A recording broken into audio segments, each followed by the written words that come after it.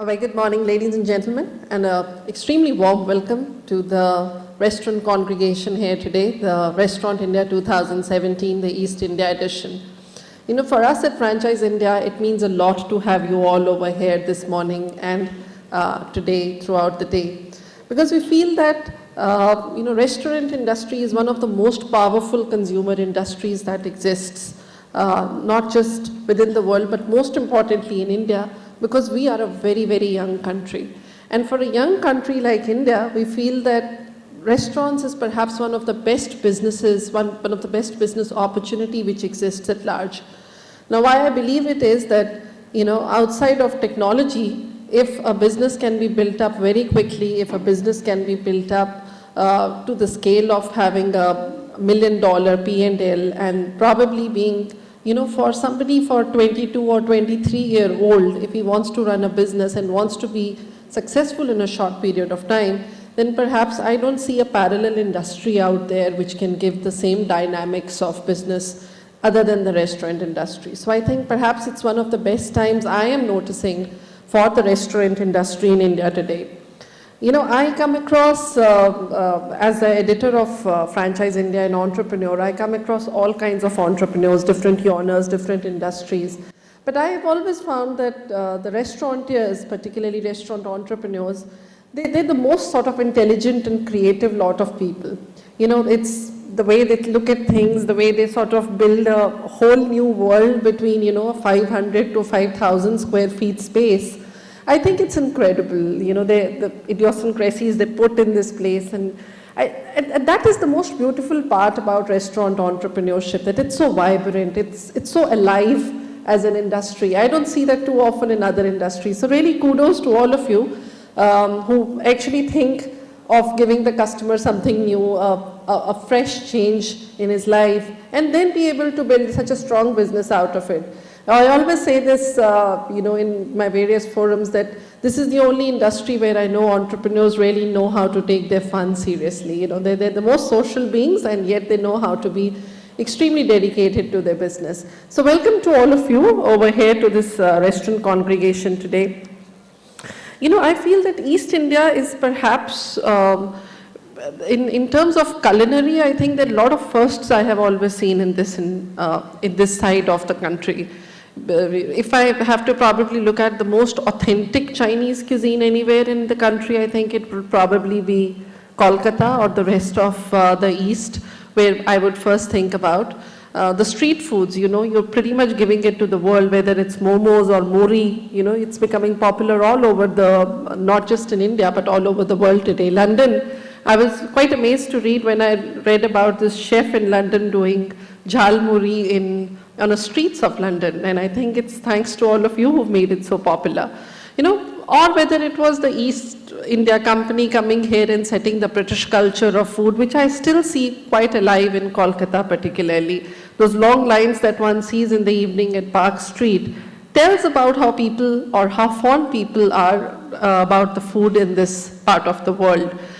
But my question to all of you is one, that while I truly believe that we are very passionate about food, we're even passionate about the food business, but how many brands have really come out of the east part of the country? How many brands can you count on your fingers and say, these are the brands we've given to India, these are the brands we've given to the world?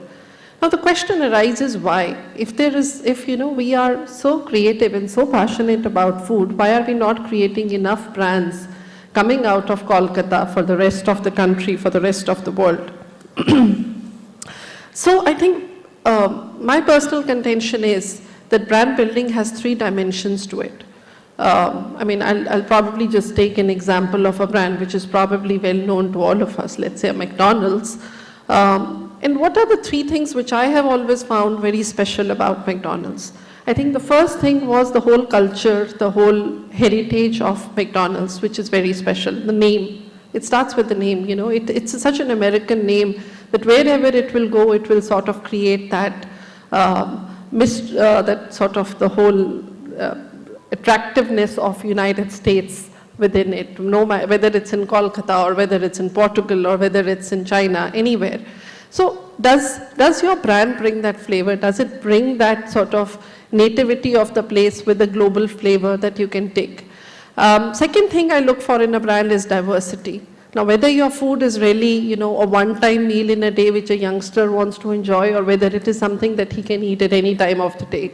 I mean, McDonald's again is a great example, it can be eaten as a snack, excuse me.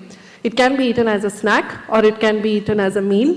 It can be eaten for breakfast, it can be eaten for lunch, dinner, or in between any of these meals. So there's a lot of diversity that has been created. Are our brands creating enough diversity to be taken forward as a complete brand or packaged as a complete brand for the rest of the world? And the third thing is, how much are we making our brand travel? Are we just stationed where we were when we started our brand, or are we moving to the rest of the country, rest of the region, rest of the world? There are small steps which need to be taken, but it requires the brand. If it is not moving, then pretty much it becomes lifeless after a little while.